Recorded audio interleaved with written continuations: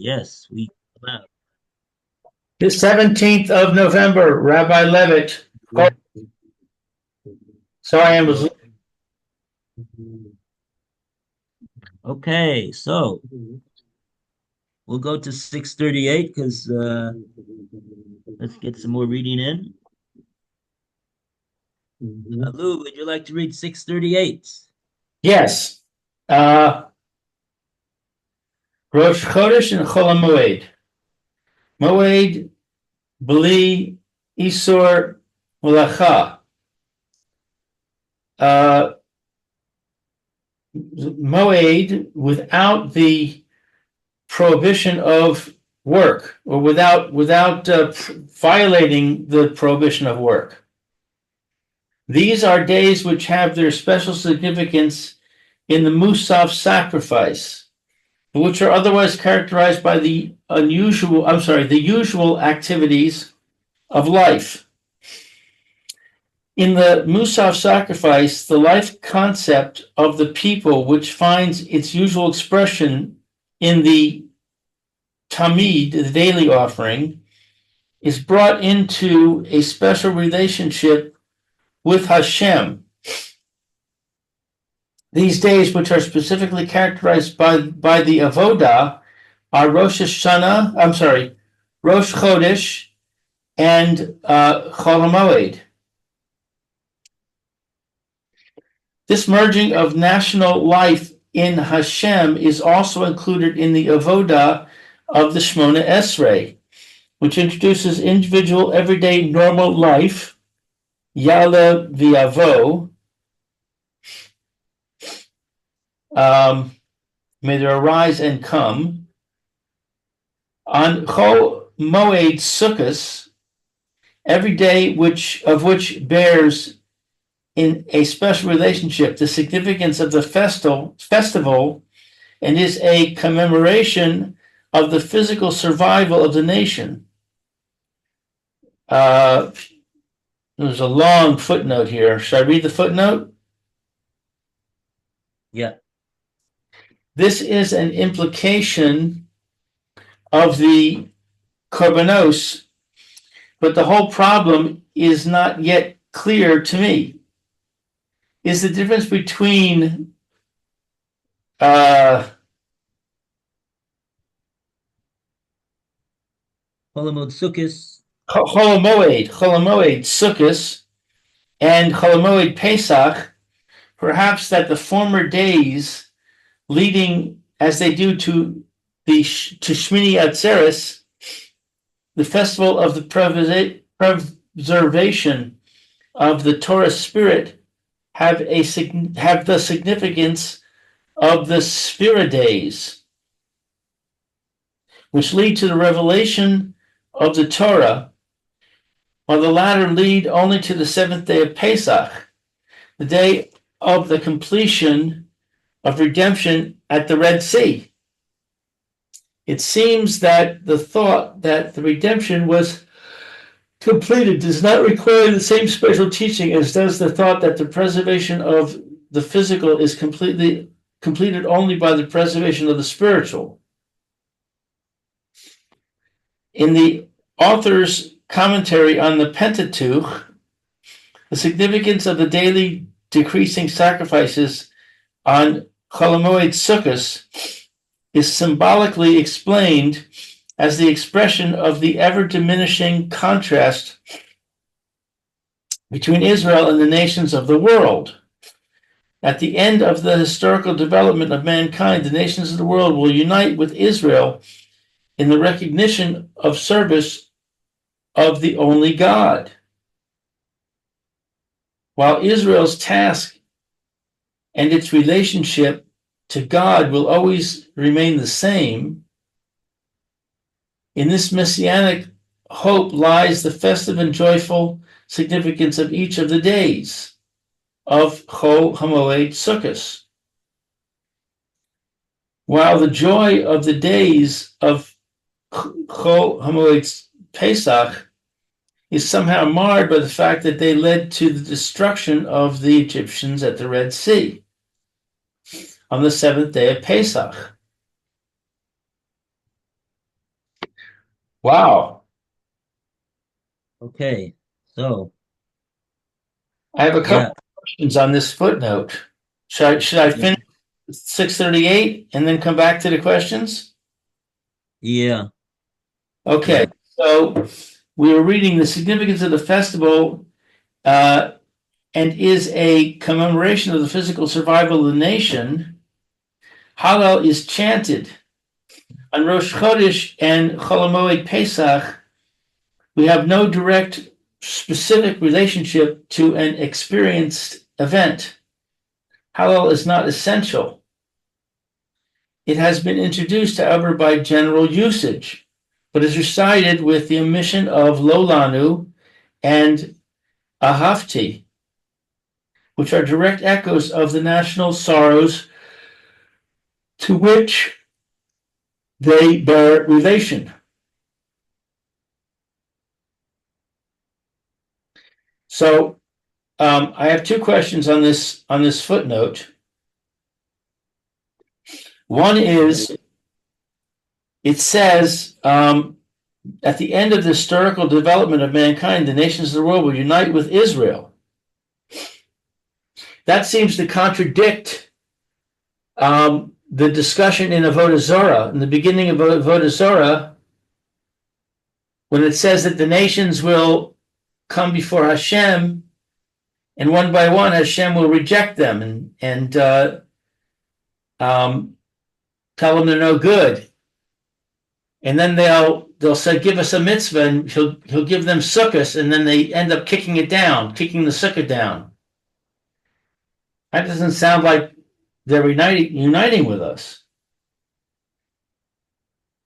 And the second question is, um,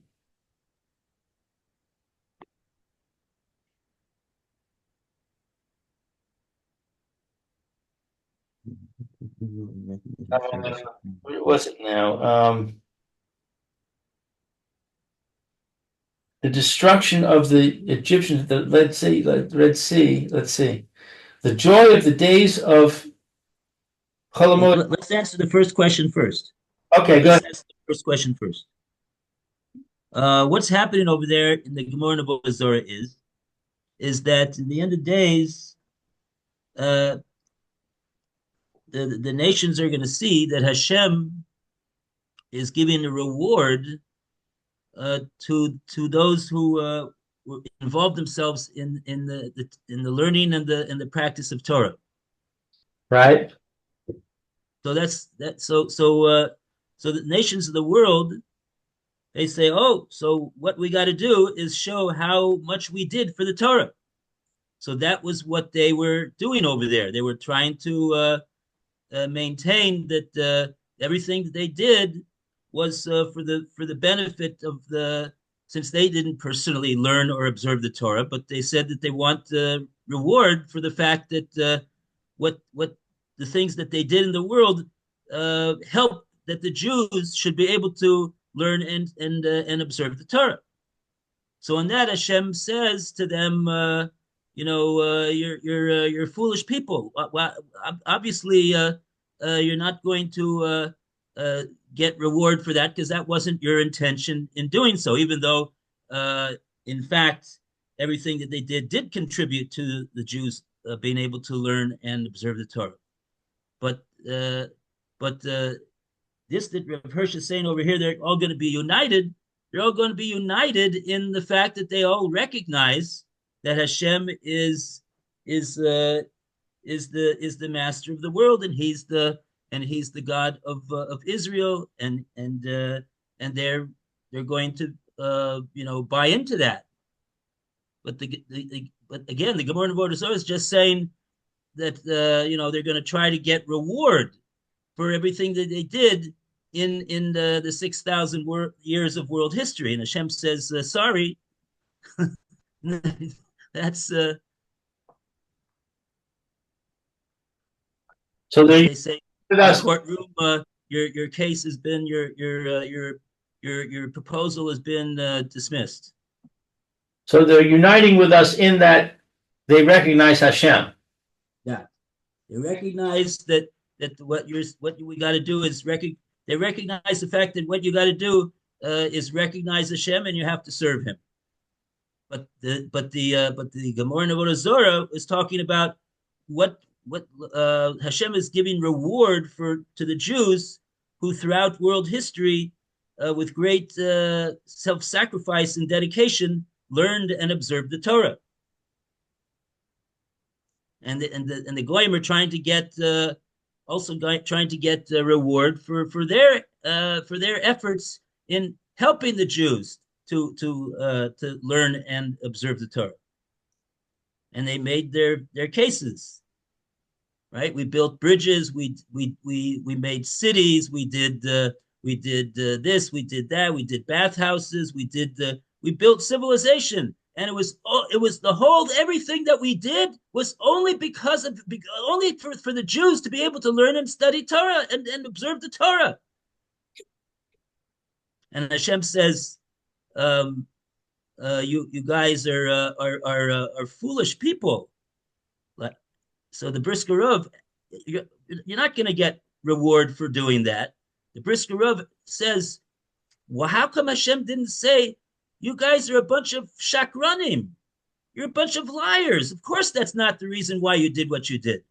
But the Brisker Rov says no, because Hashem is not saying that. Hashem is saying, even though it's true that everything that they did was ultimately worked to the benefit of the Jewish people, and that's what they're saying. They're saying that because they realize that is in fact true right now at the end of days. But Hashem is saying, since that wasn't your intention, that everything that you did should be for that purpose. So your intention was not that. Your intention was the opposite of that. So that's why he's calling them foolish people. You're foolish to think that just because that's the way it worked out, that you should get credit for it, because that wasn't your intention. You only get credit for what your intention was to do. But again, they're buying in. They see that they see the writing on the wall. They see that what you're going to get at the end of days. Who's going to get reward? Who's going to get praised? Is the ones that learned the Torah and observed the Torah, and helped. And of course, the ones that assisted to the ones the learning and observance of the Torah also get help. So that was their claim. And what about their kicking down of the sukkah? Doesn't that break their any connection they have with Hashem? Well, that was what they said. They said, okay, so Alan's trying to get in here. Oh, our time is up. Okay, so on that, just on standing on one foot, they said to Hashem. So Hashem said, "Sorry, you don't get any reward for anything that you did in this world." So they said, "Oh, please give us a chance. Give us a chance, Hashem. Give us a chance. Give us a mitzvah. We'll do it." So Hashem says, "Okay, I'll give you a chance." So that's the whole story of how Hashem gave them the sukkah. Finally made it in. Alan. Morning, Alan. Okay. So we're ready to we're going to be taking a break now, and we'll be back in a few minutes. All right. Thank you, Rabbi. Okay. All the best. Thanks.